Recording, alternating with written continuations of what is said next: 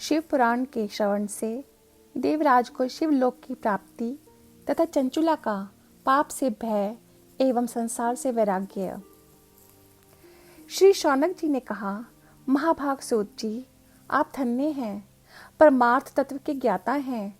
आपने कृपा करके हम लोगों को यह बड़ी अद्भुत एवं दिव्य कथा सुनाई है। भूतल पर इस कथा के समान कल्याण का सर्वश्रेष्ठ साधन दूसरा कोई नहीं है। यह बात हमने आज आपकी कृपा से निश्चय पूर्वक समझ ली।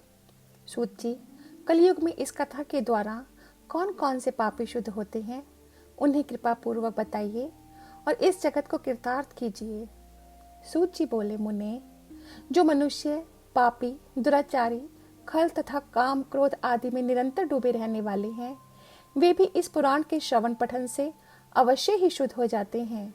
इसी विषय में जानकार मुनि इस प्राचीन इतिहास का उदाहरण दिया करते हैं, जिसके श्रवण मात्र से पापों का पूर्णतः नाश हो जाता है। पहले की बात है, कहीं किरातों के नगर में एक ब्राह्मण रहता था, जो ज्ञान में अत्यंत दुर्बल, दरिद्र, रस बेचने वाला तथा वैदिक धर्म से विमुख था। वह स्नान संध्या आदि कर्मों से भ्रष्ट हो गया था और वैश्यावृत्ति में तत्पर रहता था। उसका नाम था देवराज। वह अपने ऊपर विश्वास करने वाले लोगों को ठगा करता था। उसने ब्राह्मणों, क्षत्रियों, वैश्यों, शूद्रों तथा दूसरों को भी अनेक बहानों से मारकर उनका धन हड़प लिया था, परंतु उस पापी का थोड़ा सा भी धन कभी धर्म के काम में नहीं लगा था। वह वैश्यागामी तथा सब प्रकार से आचार भ्रष्ट था। एक दिन घूमता घामता वह देव योग से प्रतिष्ठानपुर अर्थात छोसी प्रयाग में जा पहुंचा। वहां उसने एक शिवालय देखा, जहां बहुत से साधु महात्मा एकत्र हुए थे।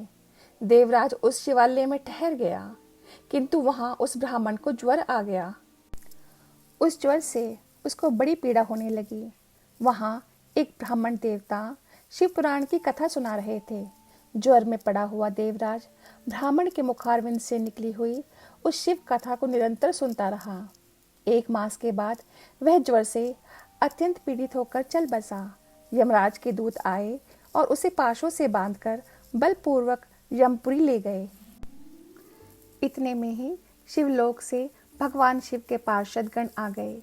उनके गौर अंग कर्पूर के समान उज्जवल थे, हाथ त्रिशूल से सुशोभित हो रहे थे। उनके संपूर्ण अंग भस्म से उद्भासित थे और रुद्राक्ष की मालाएं उनके शरीर की शोभा बढ़ा रही थी। वे सब के सब क्रोधपूर्वक यमपुरी में गए और यमराज के दूतों को मार पीट कर बारंबार धमकाकर उन्होंने देवराज को उनके चंगुल से छुड़ा लिया और अत्यंत अद्भुत विमान पर बिठाकर जब वे शिवदूत कैलाश जाने को उद्यत हुए, उस समय यमपुरी में बड़ा भारी कोलाहल मच गया। उस कोलाहल को सुनकर देवराज अपने भवन से बाहर आए। साक्षात दूसरे रुद्रों के समान प्रतीत होने वाले उन चारों दूतों को देखकर धर्मराज ने उनका विधि पूर्वक पूजन किया और ज्ञान दृष्टि से देखकर सारा वृत्तांत जान लिया। उन्होंने भय के कारण भगवान शिव की उन महात्मा दूतों से कोई बात नहीं पूछी, उल्टे उन सब की पूजा एवं प्रार्थना की। तत्पश्चात वे शिवदूत कैलाश को चले गए और वहां पहुंचकर उन्होंने उस ब्राह्मण को दयासागर साम शिव के हाथों में दे दिया। शौनक जी ने कहा, महाभाग सूत जी, आप सर्वज्ञ हैं। महामते, आपकी कृपा प्रसाद से मैं बारंबार कृतार्थ हुआ। इस इतिहास को सुनकर मेरा मन अत्यंत आनंद में निमग्न हो रहा है। अतः अब भगवान शिव में प्रेम बढ़ाने वाली शिव संबंधिनी दूसरी कथा को भी कहिए। श्री सूत जी बोले, शौनक, सुनो, मैं तुम्हारे सामने गोपनीय कथा वस्तु का भी वर्णन करूंगा, क्योंकि तुम शिव भक्तों में अग्रगण्य तथा वेद वेत्ताओं में श्रेष्ठ हो। समुद्र के निकटवर्ती प्रदेशों में एक वाशकल नामक ग्राम है, जहाँ वैदिक धर्म से विमुख महापापी द्विज निवास करते हैं। वे सब के सब बड़े दुष्ट हैं। उनका मन दूषित विषय भोगों में ही लगा रहता है। वे न देवताओं पर विश्वास करते हैं, न भाग्य पर। वे सभी कुटिल वृत्ति वाले हैं। किसानी करते और भांति भांति के घातक अस्त्र शस्त्र रखते हैं। वे व्यभिचारी और खल हैं। ज्ञान, वैराग्य तथा सद्धर्म का सेवन ही मनुष्य के लिए परम पुरुषार्थ है। इस बात को वे बिल्कुल नहीं जानते। वे सभी पशु बुद्धि वाले हैं। जहाँ के द्विज ऐसे हो, वहाँ के अन्य वर्णों के विषय में क्या कहा जाए। अन्य वर्णों के लोग भी उन्हीं की भांति कुत्सित विचार रखने वाले, स्वधर्म विमुख एवं खल हैं। वे सदा कुकर्म में लगे रहते और नित्य विषय भोगों में ही डूबे रहते हैं। वहाँ की सब स्त्रियां भी कुटिल स्वभाव की, स्वेच्छाचारिणी, पापासक्त, कुत्सित विचार वाली और व्यभिचारिणी हैं। वे सद्व्यवहार तथा सदाचार से सर्वथा शून्य हैं। इस प्रकार वहाँ दुष्टों का ही निवास है। उस वाशकल नामक ग्राम में किसी समय एक बिंदुक नामधारी ब्राह्मण रहता था। वह बड़ा अधम था, दुरात्मा और महापापी था। यद्यपि उसकी स्त्री बड़ी सुंदरी थी, तो भी वह कुमार्ग पर ही चलता था। उसकी पत्नी का नाम चंचुला था। वह सदा उत्तम धर्म के पालन में लगी रहती थी, तो भी उसे छोड़कर वह दुष्ट ब्राह्मण वैश्यागामी हो गया था। इस तरह कुकर्म में लगे हुए उस बिंदु के बहुत वर्ष व्यतीत हो गए। उसकी स्त्री चंचुला काम से पीड़ित होने पर भी, स्वधर्म नाश के भय से कलेश सहकर भी दीर्घ काल तक धर्म से भ्रष्ट नहीं हुई, परंतु दुराचारी पति के आचरण से प्रभावित होकर आगे चलकर वह स्त्री भी दुराचारिणी हो गई।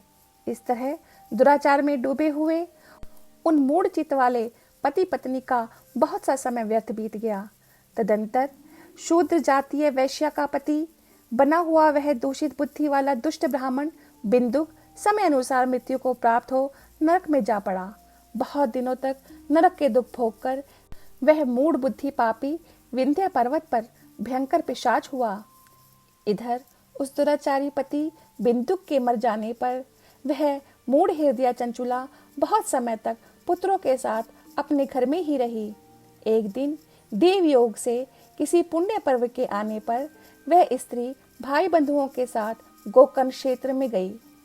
तीर्थ यात्रियों के संग से उसने भी उस समय जाकर किसी तीर्थ के जल में स्नान किया।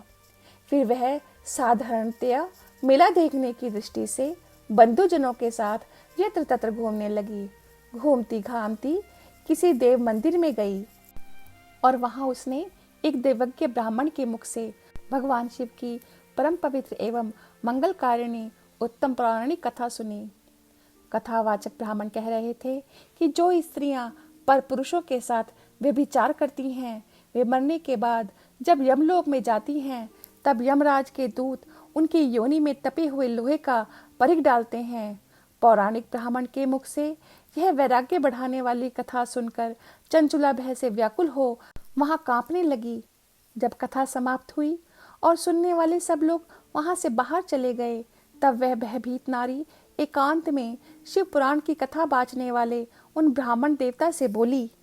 चंचुला ने कहा, ब्राह्मण, मैं अपने धर्म को नहीं जानती थी, इसीलिए मेरे द्वारा बड़ा दुराचार हुआ है। स्वामिन, मेरे ऊपर अनुपम कृपा करके आप मेरा उद्धार कीजिए।